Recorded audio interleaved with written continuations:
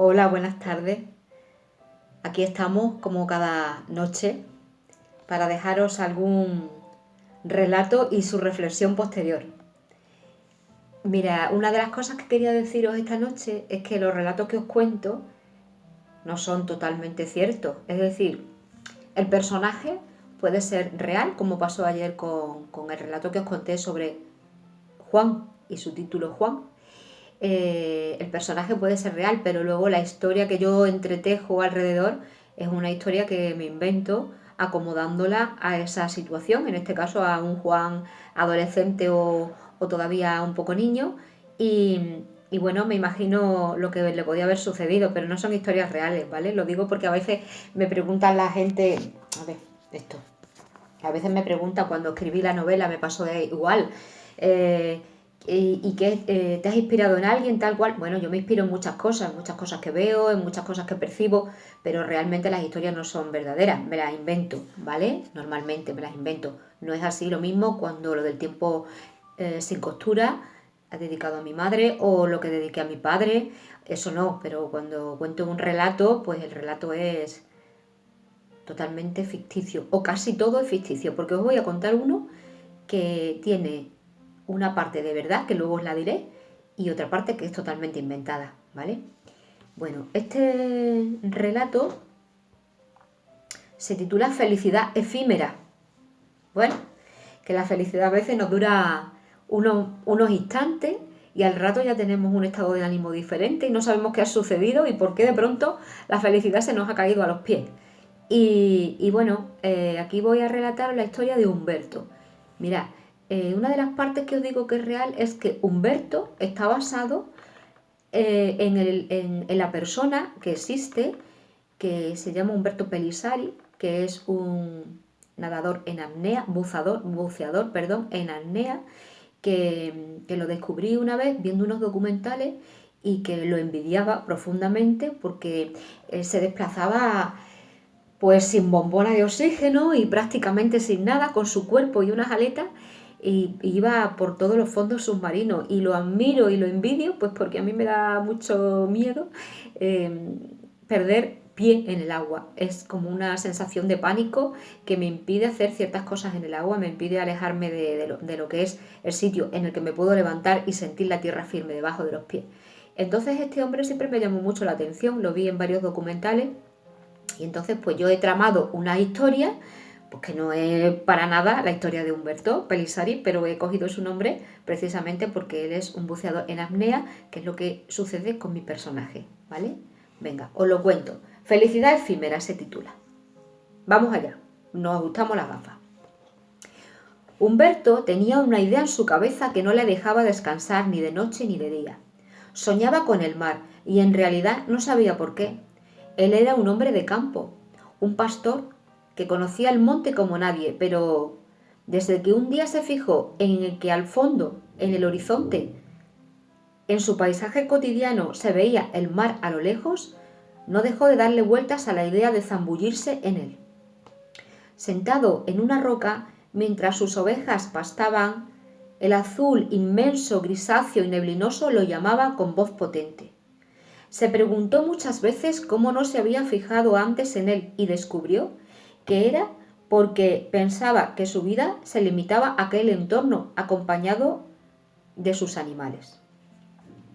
A partir de ese momento, todo lo que escuchaba o leía giraba casualmente en torno al mar.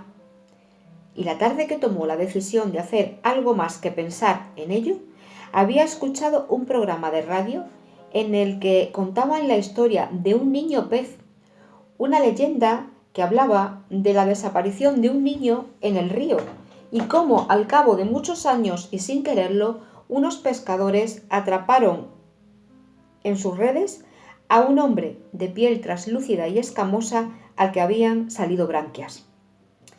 Aquella misma noche Humberto preparó una mochila con sus enseres, que no eran muchos, y se marchó sin despedirse de su gente ni de sus ovejas.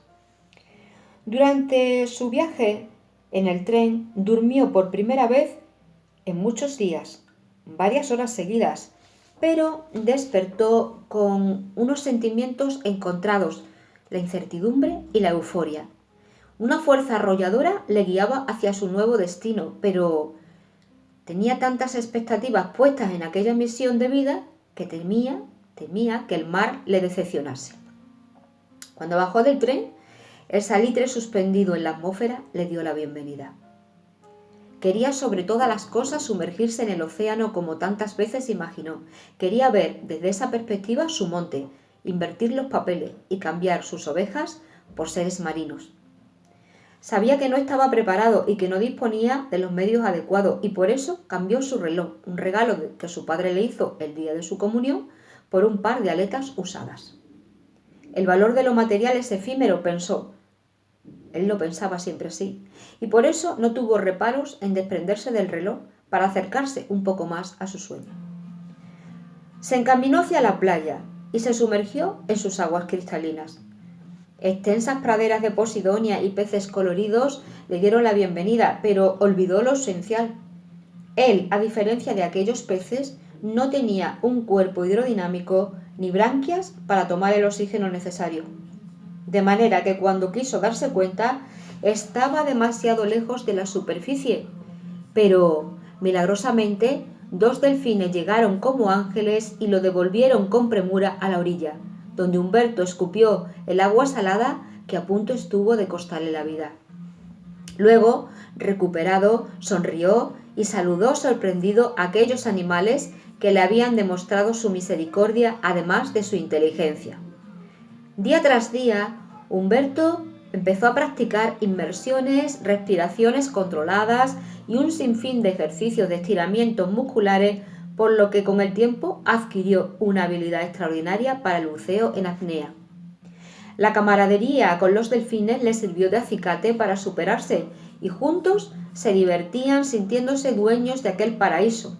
Sin embargo, Humberto observó que pasado un tiempo se estableció una rivalidad entre los dos animales, que competían por estar cada día más cerca de él y por hacer piruetas arriesgadas con el fin de buscar su atención. Una tarde, el más pequeño nadó velozmente hacia él y buscó refugiarse tras su cuerpo. Parecía asustado. Sin embargo, Humberto no presagió el desastre que se avecinaba.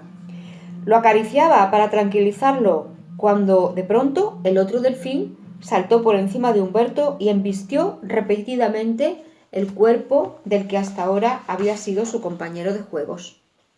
Humberto, petrificado en su posición, no pudo sino ser testigo de un espectáculo aterrador en el que el agua se teñía de rojo y el delfín más grande, no conforme con su cruel acción, iba hacia él cuando de pronto, en el último momento, el pequeño moribundo metió el pico bajo su axila y, como hiciera la primera vez que lo necesitó, puso a Humberto a salvo dejándolo sobre la arena de la playa. El hombre, inconsolable ante el espectáculo que acababa de presenciar, lloró al comprender que acababa de perder a sus amigos. El pequeño había muerto y el más grande había huido, tal vez avergonzado por su acción. ¿Quién puede saberlo? Humberto abandonó aquel lugar y visitó otros continentes y otros mares, y aunque seguía observando con atención todo cuando se ponía delante de sus ojos, no volvió a recuperar la confianza en los animales salvajes, sobre todo porque lo eran salvajes, y le infundía respeto. Desde aquel episodio sangriento pensaba más a menudo en sus ovejas, y a veces echaba de menos aquella visión en que el mar estaba a lo lejos y soñaba con zambullirse en sus aguas. Bueno, amigos, este es el relato. Os quiero contar que también he nombrado aquí una cosa que es un hecho, que es una leyenda de verdad, que es la leyenda del niño pez de Liérgana. Y que efectivamente, como he nombrado yo aquí, pues si lo podéis encontrar por ahí, quizá os deje como siempre una pequeña reseña, que desapareció ese niño en el agua y después, al cabo de mucho tiempo, apareció un hombre que tenía aspecto de pez, con el cuerpo traslúcido casi, con escamas y branquias, ¿vale? Y lo he querido utilizar también aquí porque a mí, cuando me lo contaron la primera vez, me pareció una cosa maravillosa o una cosa impactante, y me lo contaron muy bien y disfruté mucho mientras me lo contaba. Por eso lo he puesto aquí. Quería deciros que el buceo en apnea, bueno, pues creo que sabéis o que no lo sepa, es que no llevan bombona de oxígeno y que solo son sus pulmones los que de alguna forma almacenan esa cantidad de aire y que durante todo el tiempo que están sumergidos pues no están respirando y luego tienen que salir a la superficie a respirar.